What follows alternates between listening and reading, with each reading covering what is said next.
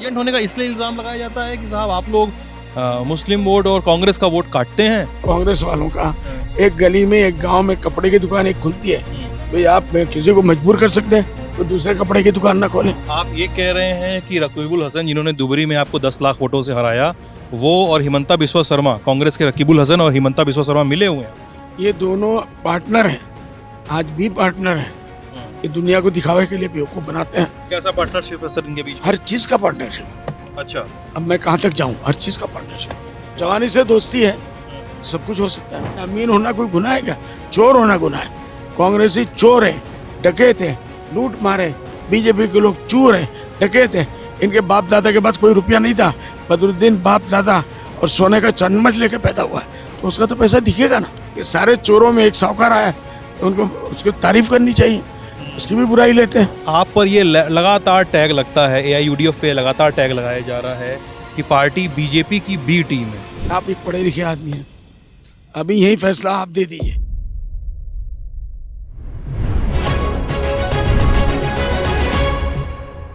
Lower Assam में आ चुके हैं मैं और मेरे साथी हेमराज, और हमारे साथ मुखातब होंगे AIUDF के सर्वे सर्वा और पूर्व सांसद, धुबरी के पूर्व सांसद बदरुद्दीन अजमल साहब। कैसे हैं सर? इलेक्शन कैसा जा रहा है? बस दुआ आप लोगों की, बहुत अच्छा जा रहा है। लोगों को बड़ी उम्मीदें हैं, क्योंकि उनकी पहले मैं जीता था यहीं से 2006 में। 2 जगह से जीता, तो लोगों ने बहुत रोए। और 7 साल मरा करके जगह है, नदियों के बीच में है, नाव के सिवा कोई कम्युनिकेशन नहीं है। वो लोग यहाँ आए, हमारे कमेटी के सामने इतना रोए, लोगों को रहम आ गया। लोगों ने कहा आप वहाँ जाइए, हम लोग यहाँ। मैंने अपने भाई को दिया, सिराजुद्दीन अजमल साहब को, वो जीते अल्हम्दुलिल्लाह। फिर मैं वहाँ गया, तो 3 साल के बाद फिर असेंबली इलेक्शन, लोकसभा इलेक्शन आ गया। तो लगातार कांग्रेस जिस सीट के ऊपर कहती थी आज 57 साल में कि अगर कुत्ते के गले में भी घंटी मारेंगे तो भी जीत के आ जाएगा, वो हारना शुरू हुआ। तो मेरे उठने की वजह से लगातार वो 3 मरतबा हारा। चौथी मरतबा कांग्रेस और हेमंत बिस्वा शर्मा, खास करके रकीबुल और हेमंत बिस्वा शर्मा मिल गए कि इस मुल्ला को अब पार्लियामेंट में जाना नहीं देना, क्योंकि नॉर्थ ईस्ट की हिस्ट्री में सबसे ज़्यादा वोकल अगर कोई रहा है तो बदरुद्दीन अजमल रहा है, पार्लियामेंट का परफॉर्मेंस के हिसाब से। वो आप लोग देख सकते हैं। आप ये कह रहे हैं कि रकीबुल हसन जिन्होंने दुबरी में आपको 10 लाख वोटों से हराया, वो और हिमंता बिस्वा शर्मा, कांग्रेस के रकीबुल हसन और हिमंता बिस्वा शर्मा मिले हुए हैं। ये दोनों पार्टनर हैं, आज भी पार्टनर हैं। ये दुनिया को दिखावे के लिए बेवकूफ बनाते हैं। कैसा पार्टनरशिप है सर इनके बीच? हर चीज का पार्टनरशिप है। अच्छा, अब मैं कहाँ तक जाऊँ? हर चीज का पार्टनरशिप। जवानी से दोस्ती है, सब कुछ हो सकता है। ओके, इससे ज्यादा नहीं बोलो। अच्छा, एक बात बताइए सर, जब आप ये बात कर रहे हैं कि कांग्रेस और बीजेपी हाथ में हाथ डाले हुए हैं, आप पर ये लगातार टैग लगता है, AIUDF पे लगातार टैग लगाया जा रहा है कि पार्टी बीजेपी की बी टीम है। आप एक पढ़े लिखे आदमी हैं, अभी यही फैसला आप दे दीजिए। मैं जाने नहीं दूंगा आपको। नहीं, मैं जान नहीं, आप हैं, मैं सवाल उठाने नहीं, आप लोग उठाइए और लोगों के उसमें डालिए कि जिस पार्टी के 9 लोग बीजेपी में गए वो एजेंट है, या जिसका एक भी नहीं गया, एक ही गया, वो भी AGP में गया है, तो हमें बी पार्टी हो गए। तो मैं कहता हूँ हमेशा कांग्रेस बीजेपी की A टीम है, और वो साबित है इस बात से कि उनके 9 लोग गए हुए, उसमें एक जो है उनके सेंट्रल कमेटी के, दिल्ली CIC के प्रदेश अध्यक्ष थे। यहाँ 10 साल वो जो है प्रेसिडेंट थे, एक अध्यक्ष थे। एक अभी अभी नौगांव के जीते हुए प्रद्युत बरदोलोई है, जो 3 मरतबा कांग्रेस में मिनिस्टर रहे, कैबिनेट मिनिस्टर, वो भी चले गए। तो उनके इतने नए नए लोग, बड़े लोग, 9 आदमी जाएंगे तो वो एजेंट नहीं होते। हमारा एक भी नहीं गया तो हम एजेंट हो गए। ये तो नाइंसाफी की बात है ना। एजेंट होने का इसलिए इल्जाम लगाया जाता है कि साहब आप लोग मुस्लिम वोट और कांग्रेस का वोट काटते हैं, इसलिए इस पे बीजेपी को वॉक ओवर मिलता है। बताइए, कांग्रेस वालों का एक गली में एक गांव में कपड़े की दुकान एक खुलती है, तो आप किसी को मजबूर कर सकते हैं कोई दूसरे कपड़े की दुकान ना खोले। एक मिठाई की दुकान खोली तो दूसरा मिठाई की दुकान नहीं। अगर वो अच्छा परफॉर्मेंस करेगा, कस्टमर उसके बच जाएगा। तो हमने किसी मुस्लिम को टारगेट के नहीं किया। हमारे पहले असेंबली में 4 हिंदू कैंडिडेट रहे हैं और वो जीते भी हैं। पार्लियामेंट में हम 3 ही गए, उसमें एक राधेश्याम जी, वो भी कैंडिडेट हिंदू के थे, बंगाली थे, वो जीते हैं। और इस मरतबा भी हमने 4 हिंदू कैंडिडेट दिए हैं। तो ये कांग्रेस वाले हमारे ऊपर इल्ज़ाम लगाते हैं कि ये बीजेपी की बी टीम है, इसलिए कि ये मुसलमानों का वोट और हमारा घर का, उनको डर इसी बात का दुख है कि ये हमारे जेब से पैसे चोरी है। हम चोरी नहीं करते, डेमोक्रेसी में चोरी नहीं है। हम प्रूफ देते हैं, लोग हमारे साथ आ जाते हैं। तो इसमें आपको क्या परेशानी है? ये तो पूरे हिंदुस्तान में जितने दल बने, आज समाजवादी बनी है, कांग्रेस क्या उसको रोक सकेगी? राष्ट्रवादी बनी है, क्या कांग्रेस रोक सकेगी? महाराष्ट्र में बनी है, कांग्रेस को रोक सकेगी? अकाली बनी है, कांग्रेस को रोक सकेगी? सब कांग्रेस के लोग थे। तो जब वो उनको नहीं रोक सके तो उनका कसूर नहीं है। तो मैं समझता हूँ हमारा हक है अपने लोगों के लिए हम लड़ें और वो फाइट करके डेमोक्रेटिक वे पर अगर हम जीतते हैं तो पब्लिक इसका मतलब हमको मान रही है, पब्लिक का मैंडेट हमारे साथ है, बात खत्म। सर आप देवबंद के स्कॉलर हैं, देवबंद के इलुमनाई हैं और आप जमीयत खाली अलमानी नहीं हो, 25 साल से देवबंद के जो गवर्निंग बॉडी है उसका लास्ट 25 साल से मैं मेंबर भी हैं, आप जमात उलेमा हिंद से भी जुड़े हुए हैं। लेकिन एक सवाल ये बनता है कि जब आप जमात उलेमा हिंद से जुड़े हुए हैं तो आपको कल की तारीख में जमात उलेमा हिंद ने नोटिस क्यों जारी किया है कम्युनल पार्टीज़ के साथ खड़े होने को? क्या खड़े होने को लेकर वो नोटिस है? उन्होंने अपने अपने क्लॉज गिनाए हैं कि इस वजह से हम नोटिस जारी कर रहे हैं बदरुद्दीन अजमल को। क्या इस वजह से क्योंकि आप असदुद्दीन ओवैसी के साथ हाथ मिला चुके हैं, वो आपके लिए आकर असम में चुनाव प्रचार कर चुके हैं? के साथ उनको कोई गलतफहमी हो कि हमने कोई ऐलान कर लिया, नंबर 1 क्लियर होना चाहिए। और ये आप लोग लैंडअप वाले दिखाइए कि हमने कोई किसी अलायंस नहीं किया। हमने जस्ट उनको दावत दी कि आप आइए, 2-4 प्रोग्राम में हमारा कैंपेन कर दीजिए। जमीयत उलमा की तरफ से बाई लिस्ट कोई ऐसा, मैं इसका मेम्बर हूँ 25 साल से, 30 साल से, मैं आसाम का प्रेसिडेंट हूँ। कभी हमने मीटिंग में ये नहीं तय किया असदुद्दीन वैसी बैंड है, फलाना वैसी बैंड है, फलाना बैंड है, ऐसा कुछ नहीं हुआ। इसलिए अगर आइंदा हमारी पार्टी हमको मना करती है ये पार्टी, और वो पॉलिटिकल हमने जमीयत की तरफ से बुलाया भी नहीं, ये दूसरा क्लेरिफिकेशन, वो यूडीएफ का डिसीजन था। जमीयत के 10% लोग होंगे, 15% लोग होंगे जो यूडीएफ को सपोर्ट करते हैं। यूडीएफ की यहाँ जमीयत की 2 पार्टी है, नहीं करती है। तो हमने अपने यूडीएफ के कैपेसिटी पे, यूडीएफ के दावत पे हमने उनको बुलाया, जमीयत के नाम से नहीं बुलाया। तो हम कुछ उनको क्लियरिफिकेशन दे देंगे, तो मुझे उम्मीद है कि मामला ठंडा हो जाए। जमीयत को आपने क्लियरिफिकेशन दिया है कि दे देंगे? आज लेटर भेज दिया है, मुझे उम्मीद है कि वो इसको मान जाएंगे। अच्छा सर, जब हम लोग बात कर रहे हैं आज इस समय चुनावों की और इस बेल्ट की बात कर रहे हैं जिसमें आपकी एक्टिविटी सबसे ज़्यादा देखी गई है, और इस चुनाव में अगर आप खबरें पढ़ रहे होंगे तो बार बार इस बार की बात की जा रही है कि बदरुद्दीन अजमल के लिए और एआईयूडीएफ के लिए ये चुनाव सर्वाइवल का चुनाव बन गया है। और इसको जोड़ के देख रहे हैं, अब आपका लोकसभा सांसद एक भी नहीं बचा, कांग्रेस से आपका अलायंस टूट गया जो साल 2016 में जैसा भी जिस भी हाल में था, 16 सीटें जीत कर 2021 में 16 सीटें जीत कर आए थे आप लोग। क्या एआईयूडीएफ इस चुनाव में और बदरुद्दीन अजमल खुद इस चुनाव में, जो आप खुद इस बार विधानसभा चुनाव लड़ रहे हैं, सांसद के पद से आप खाली करने के बाद जब हार गए, क्या एआईयूडीएफ के लिए चुनाव थोड़ा सर्वाइवल का चुनाव हो गया? क्या लगता है सर आपको? पहले तो ये सीट जो है मेरा फैमिली सीट है, इसमें मैं जीता, फिर मैं चला गया तो मेरे भाई को जिताया, उसके बाद मेरे बेटे को जिताया, उसके बाद फिर मेरा भाई जीता। तो ये 6ठी मर्तबा है जो हम लोग इलेक्शन में इस मैदान से खड़े हुए हैं। ये हमारा होम सीट है और मुझे पूरी उम्मीद है इस मर्तबा भी कोई भी हमारे सामने इंशाल्लाह टक्कर में नहीं है। रिकॉर्ड पूरे इंडिया में जितने एमएलए जीतेंगे उससे चाहे 2 वोट ज़्यादा हो, वो मुझे इंशाल्लाह यहाँ से मिलेगा। चलिए, ये तो कैंडिडेचर हो गया, लेकिन एआईयूडीएफ के लिए सर्वाइवल की लड़ाई हो सकती है? नहीं है, इसलिए कि आप असदुद्दीन ओवैसी आए तो जिन लोगों ने कवरेज किया, देखिए लोग ऐसे नहीं आते हैं और हमें दूर दूर तक दिखाते हैं। हम गाड़ी नहीं भेजते हैं, लेकिन कहीं गाड़ी भेजना भी पड़ता है, एकदम डिनाई नहीं कर सकते। वो मजबूरी है, नदी नाला है ये और लोगों को आने में। जो भीड़ आपने देखी है, आप उसको सामने मेरी पार्टी के, मेरे भीड़ के सामने राहुल गांधी का दिखा दीजिए, मेरे कैंडिडेट के, किसी भी कैंडिडेट के सामने आप प्रियंका गांधी को दिखा दीजिए, मेरे किसी भी कैंडिडेट के सामने आप खड़गे जी को दिखा दीजिए, समझे कि नहीं? इंशाल्लाह आप खुद मानेंगे, पब्लिक फैसला लेके कि ये सीट जीतने वाली है अजमल साहब की। तो हमारे पास अभी 12-15 थे, इंशाल्लाह हमने 25 सीट से ऊपर दिया है और मुझे उम्मीद है 25 सीट से भी ऊपर ज़्यादा हम जीत के आएंगे। तो इससे खुद उनको जवाब मिल जाएगा। राहुल और गौरव गोगोई को कैसे देखते हैं आप? मुझे उस मामले में कुछ नहीं कहना, बड़े लोग हैं, लेकिन यह है कि राहुल जी बहुत अच्छे हैं, बहुत मेहनत कर रहे हैं, लेकिन उनके लोग उनको वो देखिए, मेरी ये आँख अच्छी है इसका मतलब ये नहीं है कि वो आँख खराब है, ये हमने कभी नहीं कहा।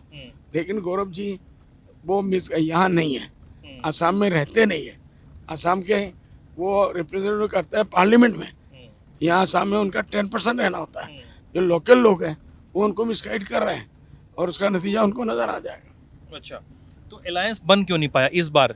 क्योंकि टूट गया था बीच में ही। मैंने 2023 में सर गौरव गोगोई का एक लंबा इंटरव्यू लिया था, तो मैंने उनसे पूछा था ये सवाल कि आपके पार्टी के नेता ने आपको पार्टी छोड़कर गए हैं, खुद हिमंता बिस्वा शर्मा आपकी पार्टी से गए हुए हैं अलायंस टूट रहा है, कोई AIUDF दूर दिखाई दे रहा है आपको। तो उन्होंने कहा कि ये सब कम्युनल लोग हैं। सब कम्युनल लोग हैं, 64 में से 56 लोग उसके साथ चले जाते हैं, तो ये सारे कम्युनल है, तो इसका मतलब वही असली है। अब क्यों नहीं संभाल पाया उनका?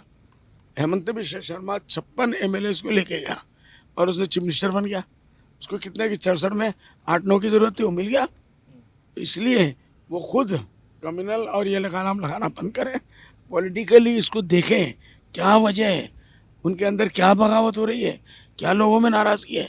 सिर्फ ये कह देने से कम्युनल लोग हैं आज दुनिया में नहीं चलेगा। वोट लोगों का प्रूफ कर देता है कि कितने भी है लेकिन ये जीते हैं। जीतने वाले की एक हैसियत होती है, जीत के आप दिखाइए।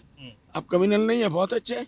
आप सेकुलर नहीं है, अपने घर में बजाते रहिए, ताली बजाते खुश हो जाइए, ढोल बजाइए, लेकिन जो जीत के जाएगा वही सिकंदर। डेमोक्रेसी में जो जीत के जाएगा वही सिकंदर है। बस आखिरी हिस्से में बातचीत के हैं और हम बात कर रहे हैं मियाँ दादागिरी वाले एपिसोड की, जिसको लेकर आप पर भी बहुत सारे हमले किए गए और खासकर CM हिमंता बिस्वा शर्मा के द्वारा। मियाँ मुस्लिम अगर हम लोगों को बता दें तो जो असम के इस बेल्ट में बंगाली स्पीकिंग मुस्लिम्स हैं, उनको लेकर बार बार इस कहा जाता है पॉलिटिकल डिस्कोर्स में, उसके अलग अलग मानी भी हैं। सर क्या है ये मियाँ दादागिरी वाला एपिसोड जो आपने बयान दिया था? मियाँ दादागिरी कुछ नहीं है, ये पॉलिटिकल स्टंट है। इलेक्शन आया है, ये उठेगा। इलेक्शन आने से 6 महीना पहले से उठा है और इलेक्शन का दूसरे दिन जब बीजेपी कांग्रेस को हरा के, जो हम नहीं चाहते, हम चाहते हैं कांग्रेस बनाए, हम उनको सपोर्ट करें और हमको लेके वो मिनिस्ट्री बनाए, तो चूँकि वो हमको लेना नहीं है इसलिए वो मिनिस्ट्री भी नहीं लेंगे और डूब के मर जाएंगे। बनाएगा हेमंत बिस्वा शर्मा, उसका भी इल्ज़ाम हमको ही देंगे। अरे तुम आँख से देख रहे हो ये खड्डा है, ये खाई है, उसमें आप नहीं कूद रहे हो, अपने नहीं बचा रहे हो और इल्ज़ाम किसी पे दे दोगे, तो ये सही बात नहीं है। इसलिए उस टाइम पे ये मियाँगिरी, मियाँ भाईगिरी कुछ भी नहीं रहेगा, क्योंकि जस्ट फॉर इलेक्शन और जीतने का एक फॉर्मूला था, वो जीत जाएंगे क्योंकि उसको दिखाना है। हिंदू हमारे जो आसामी भाई के इलाका है, शिव सागर वगैरह में, लोअर आसाम में, देखो हमने मुसलमानों को अगर निपट सकता है तो हेमंत बिस्वा शर्मा कहते हैं कि मियाँ लोग को कौन निपट सका, इससे पहले मैं ही निपट सका। लोग तालियां बजाते हैं, वोट भी दे देते हैं। ये जस्ट फॉर इलेक्शन है, इलेक्शन के आगे पीछे कुछ नहीं। लेकिन जो जानना चाहते हैं ना AIUDF का स्टैंड क्या है, जो बांग्लादेश के घुसपैठ पे आने वालों को एक को भी हमारा समर्थन हासिल नहीं है। I was the first member of parliament, हमने पार्लियामेंट में चैलेंज किया कि आपका कोई आदमी बांग्लादेश का बॉर्डर पे मिलता है, शूट करो उसको, गोली मारो, हमें कोई हमदर्दी नहीं। आज तक ये चूहा भी नहीं मारा उन्होंने। क्यों? NRC जो हो रहा है, ये NRC को तो देखिए, ये उन लोगों का कहना है 1951 से होना चाहिए, हमारा कहना 71 से होना चाहिए। 70 बाद उसके बाद राजीव ने उनके साथ जो है पैक्ट किया यही आंसू के लोगों का, और उसको तो मान के भी आए। कुछ दिनों वो ठंडा रहा, अब उसके बाद देखा उन्होंने पॉलिटिकल मुद्दा ही हमने दे दिया काट के, जो इशू था 71-51 हमने काट के दे दिया, तो फिर रस्तों पे उतर गया, फिर हंगामा शुरू हुआ। हंगामा नहीं करते तो आज हेमंत जो है कुर्सी पे नहीं बैठते, क्योंकि एक पॉलिटिकल स्टैंड है। अगर है, सारी दुनिया 71 को मान रही है, आप क्यों नहीं मानते? सुप्रीम कोर्ट ने माना है, आप क्यों नहीं मानते? वो कोर्ट की अपमान करें, कोई बात नहीं, आप भी करते हैं तो हो जाते हैं बदनाम, आप कत्ल भी करते हैं तो चर्चा नहीं होता। ऐसा नहीं है, उनके हाथ में सब कुछ है, वो जो चाहे वो करें, लेकिन हम लोग उसको नहीं मानते। हमारा स्टैंड है 71 और उस पर हम लोग कायम है। आपके राजनीतिक विरोधी कहते हैं कि आप CM पे हमला नहीं करते, कांग्रेस पे खुल के कर लेते हैं। यार CM के उसके पूरे खानदान के बेचारे पे हमला कर दिया, सामने कौन है? कांग्रेस का है कौन जिस पे हम हमला करें? कांग्रेस का कोई भी नहीं है। जब तक गौरव गोगोई, तरुण गोगोई थे, हम करते थे, उन्होंने भी हमसे कहा हु इज बदरुद्दीन, तो मैंने जवाब दिया हु इज बदरुद्दीन। अब ये बच्चा आया हुआ है, इसके सामने कोई लीडर है ही नहीं, सब कांग्रेस में जा चुके हैं। बीजेपी कांग्रेस का कोई लीडर है नहीं, बड़ा लीडर जिसका नाम लेके आप बात करें। कांग्रेस से बीजेपी में जा चुके हैं, मतलब सब बीजेपी में जा चुके हैं। अच्छा, अब कांग्रेस में लोग हैं ही नहीं, किससे बात करें? आप अपने टक्कर के लोगों से तो बात करेंगे ना, तो आपके टक्कर के ही नहीं है तो आप बात क्या करेंगे? लेकिन हम लोग सबसे पहले कहते हैं कि बीजेपी को हटाओ, देश बचाओ। दूसरा हम इसलिए कहते हैं कि इसी कांग्रेस ने हमको घर से बेघर किया। आज बीजेपी को 10 साल मिला, 11वां 12वां साल है दिल्ली में, और कांग्रेस को 57 साल हमारे लोगों ने सत्ता में बिठा के रखा। क्या दिया? एजुकेशन में कुछ नहीं दिया, नदी भांगा का कोई समस्या नहीं दिया, लोगों को एजुकेशन का कुछ नहीं दिया, नौकरियों में कुछ नहीं दिया, ज़मीन का पट्टा नहीं दिया। ये सब चीज़ें ऐसी है। एनआरसी के मामले में इनको कुछ नहीं किया, उनके हाथ में रहते हुए डिटेंशन कैंप इसी कांग्रेस ने बनाया। तो लोगों का कांग्रेस के ऊपर 1000 दुख है। ये चूँकि अभी 10 ही साल हुए, ये और करेंगे तो दुख तो है, तो कल जैसे बड़े होते जाएंगे वैसे ही दुख उनका सामने आता जाएगा। संसद में गौरव गोगोई मिलते थे आपसे जब आप थे? बिल्कुल मिलते थे, क्यों नहीं मिलते थे। उनके बाप भी जिंदा थे, वो भी मिलते थे, लेकिन वो संसद में नहीं थे, असेंबली में थे। कॉर्डियल मुलाकात होती थी? हाँ हाँ बिल्कुल होती थी। बल्कि गोगोई साहब, तरुण गोगोई साहब जब भी कोई घर में जाता तो ब्लैंकेट सर्दियों को मैं उनको 3 4 5 भेजता था, अच्छे किस्म के। वो दिखाते थे कि देखो बदरुद्दीन पॉलिटिक्स में हमारे से लड़ता है, ब्लैंकेट भेजता है। अगर ब्लैंकेट भेजते तो हम लोग कड़सी में भेजते थे, आपने रखा क्यों? आप उठा के फेंक देते। आम भेजा, दिखाते देखो ये बदरुद्दीन ने आम भेजा, उठा के फेंक देते। मीडिया उसको भी दिखाती थी कि गोगोई साहब ने नहीं, हमारा उनका इंटरनल कोई जाति दुश्मनी नहीं था। बस। चलिए आखिरी सवाल, इस पूरे चुनाव में आपके संपत्ति की बड़ी चर्चा हो रही है, कितना पैसा है Ajmal perfumes and Ajmal and sons, Ajmal foundation पे तो सवाल ये भी बनता है कि भाई FCRA का एयर रेगुलेशन का केस है, उन्होंने बंद कर रखा, बात खत्म। इन केस में चल रहे हैं, जिस दिन कोई जीतेगा हारेगा देखा जाएगा। वो तो कोई इतराज की चीज़ ही नहीं। FCR कोई चोरी से ला नहीं सकता, है ना। FCR तो ऑफिशियली लाना पड़ेगा। होम मिनिस्ट्री ने 25,000 FCR पूरे इंडिया में कैंसिल किया। आई डोंट नो वाई, उनके पास अपना रीज़न होगा, हमें उसमें कुछ कहना नहीं है। हम लोग सुप्रीम कोर्ट तक गए, इंतजार करते हैं क्या जवाब आता है। बाकी संपत्तियों पर इतनी चर्चा होती है, इतने अमीर MP, इतने अमीर प्रत्याशी। अमीर होना कोई गुनाह है क्या? चोर होना गुनाह है। कांग्रेसी चोर है, डकैत है, लूट मारे। बीजेपी के लोग चोर है, डकैत है। इनके बाप दादा के पास कोई रुपया नहीं था। बदरुद्दीन बाप दादा और सोने का चम्मच लेके पैदा हुआ है, तो उसका तो पैसा दिखेगा ना, कहाँ जाएगा? चोरी करेंगे हम?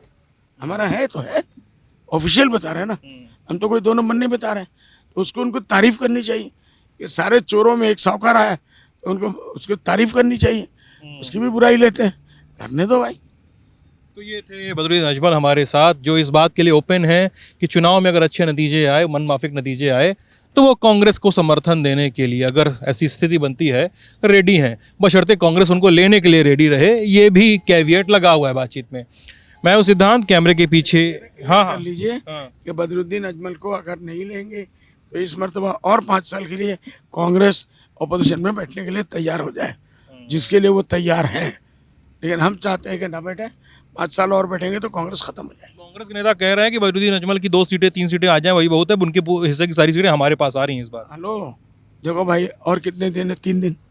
3 दिन के बाद तो वोट पड़ जाएगा, नतीजा 1 महीने के अंदर आ जाएगा, तो देख लेंगे। 4 दिन का चांद होगा। लोग बैठते हैं नीचे, नहीं घर पे दीवार पे नहीं चढ़ना पड़ेगा, नीचे बैठ के धड़ से देख लो, सारी दुनिया देखेगी। और आज मीडिया वो चांद दिखाता है सबको, मीडिया घर घर में बैठ के दिखा देगा कि कितनी सीटें आई हैं। चलिए एक आखिरी सवाल अब हो ही जाए आपका, अगर आपको देश के गृह मंत्री अमित शाह और सूबे के CM हिमंता बिस्वा शर्मा को एक लाइन का मैसेज देना हो तो क्या कहेंगे? कि आप लोग देश के लिए फ़ायदेमंद बन जाइए। आप दोनों की ज़िंदगी इस देश के लिए नुकसानदेह है। आप लोग अपनी पॉलिसियों के, दिमाग की पॉलिसियों के, इसके ऊपर सोचिए और इंसानियत के उसके ऊपर आ जाइए। लोग गरीब हैं, हमारे सबके साथ इंसाफ कीजिए, सबके साथ न्याय कीजिए, सबको शिक्षा, चिकित्सा, सम्मान या आप दीजिए। आपको अब तक खाली हिंदू वोट मिल रहा है, वो सब मुसलमान भी आपको वोट देगा, और मुझे इसमें कोई हर्ज नहीं। मुसलमान वोट देगा अगर वो इंसाफ करते हैं, न्याय करते हैं, बराबरी सबके साथ करते हैं, तो राजा जो भी हो, हिंदू या मुसलमान, पहले ज़माने में भी मुसलमान लाखों फॉलोअर हिंदू रहते थे, और हिंदू राजा के मुसलमान लाखों फॉलोअर मुसलमान रहते थे। क्या हर्ज है? एक मरतबा करे तो सही, अपना चमड़ा बदले तो सही, अपना दिमाग बदले तो सही, अपना सोच मुसलमान हिंदू धर्म के रोज के ऊपर ये आसाम, ये हिंदुस्तान नहीं चलेगा। आपका स्टेटमेंट इसलिए भी जरूरी होता है क्योंकि CM ने मंच से कहा था कि मुसलमान मुझे कभी वोट नहीं देंगे। मुसलमान का उन्होंने लास्ट टाइम पे पंचायत इलेक्शन में जीतने के बाद उन्होंने कहा कि 20 से 24% लोग मुसलमानों ने मुझे वोट दिया। अब वो कहते हैं वोट नहीं देंगे। तो जब कुछ करोगे नहीं तो क्यों देंगे? करो फिर लो, क्यों नहीं देंगे भाई? ठीक है, तो ये थे बदरुद्दीन अजमल। फिर से वीडियो की एंडिंग कर देता हूँ। वीडियो को शूट करने में बड़ी मेहनत की हमारे साथी हेमराज ने। मैं हूँ सिद्धांत। ललन टॉप की यात्रा जारी रहेगी। किसी और वीडियो में किसी और रिपोर्ट में मिलेंगे। बहुत बहुत शुक्रिया।